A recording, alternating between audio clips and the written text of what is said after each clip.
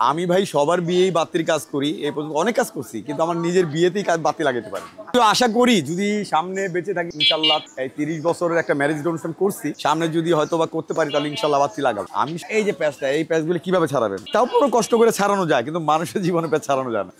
আমার জীবনে অনেকগুলি প্রোগ্রামে যে সাউন্ডের কাজ করতেছি, গায়ে হলুদ হচ্ছে, সব রেডি কমপ্লিট শেষ হয়ে গেছে, একটু পরে শুনি মেয়ে। আবার এমনও দেখলাম যে মনে করেন যে মেয়ে কাবিন হয়ে গেছে, সবকিছু ওকে, বিয়ে হয়ে গেছে, যেদিন আপনার বৌভাত হবে পার্লারে গেছে, পার্লার থেকে না। হ্যাঁ, ওদের জীবনে বাতি জ্বলার আগে আমার জীবনে বাতি নিবে না, আমার জীবনে বাতি না, আমার বাতি নিবে। পার্টি আবার ভালো আছে, হয়তো দিয়ে দেয়, আবার কিছু পার্টি তো কথাই বলা যায় না, কারণ তার মেয়ে চলে গেছে। তো মানে এই যে পূজার কাজ আসতেছে, এই যে এখন ঘুমানোর সময় নেই, এখন কাজ কি হবে, এরকম হয়। আপনার মনে করেন যেমন দুর্গা পূজা, কালী পূজা, বা ওরসের বড় বড় কাজ, বা বিয়ের বড় বড় কাজ, তখন আমাদের এক সপ্তাহ 2 সপ্তাহ পর্যন্ত এই অবস্থা।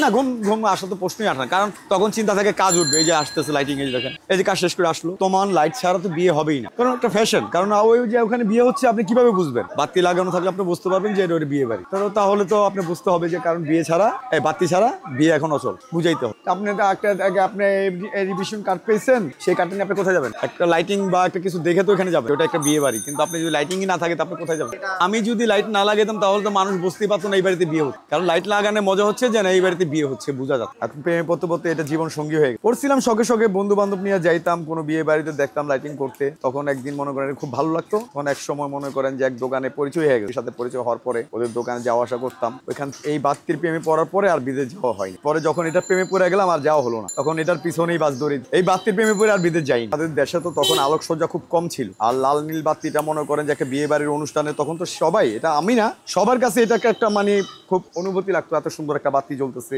1983, যদিও আমার মনে করেন একটু কলপ দেওয়া, তো যার কারণে আমাকে মনে করেন বয়সটা বোঝা যাচ্ছে না। আমি তখন থেকেই এই লাইনে, এবং প্রায় মনে করেন 88-তে আমি দোকানদার অলরেডি, আপনার নববাড়ি অলরেডি দোকান ছিল আমার ওখানে। ওই ব্যবসা করার জন্য ওনার খুব আগ্রহ ছিল যে আমার ছেলে ব্যবসা করবে।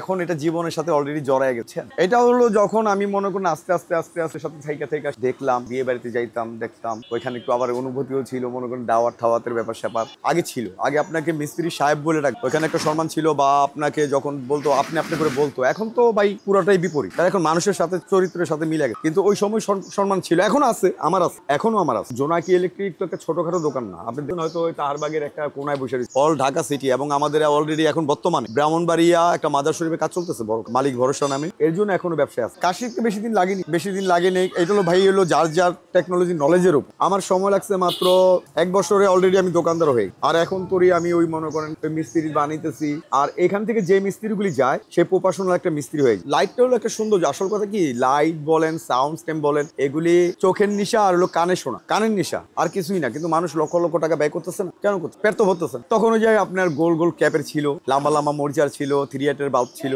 টর্চ লাইটের যে বাল্বগুলি আমরা ব্যবহার, সেগুলি। এখন তো ডিজিটাল যুগ, আস্তে আস্তে চেঞ্জ হইতে হইতে আপনার বার্মিসের কিছু মাল আসলো, বার্মিসের পর আসলো চায়না এখন এলইডি ছাড়া তো আর না। আমি রেস্টুরেন্টেও চাকরি করছি, বাবার সাথেও করছি, কিন্তু আমার ওটা ভালো লাগে, আমার কাছে এটাই ভালো লাগে। লাইটের আলো ছাড়া এখনো কিছু ভালো লাগে। এখন মৃত্যুর আগ পর্যন্ত ছাড়তে পারবো কিনা তাও জানি।